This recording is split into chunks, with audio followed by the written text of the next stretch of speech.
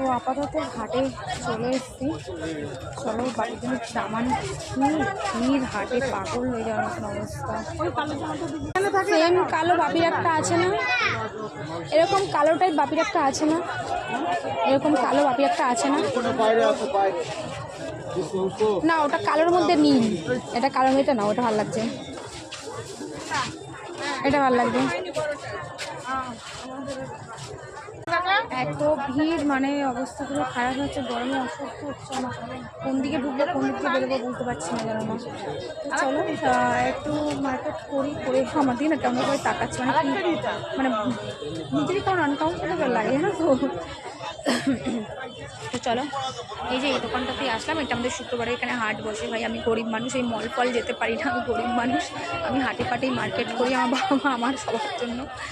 তো চলো নেওয়া যাক, নিয়ে বাড়ি যাই, টাটা বাই বাই করে।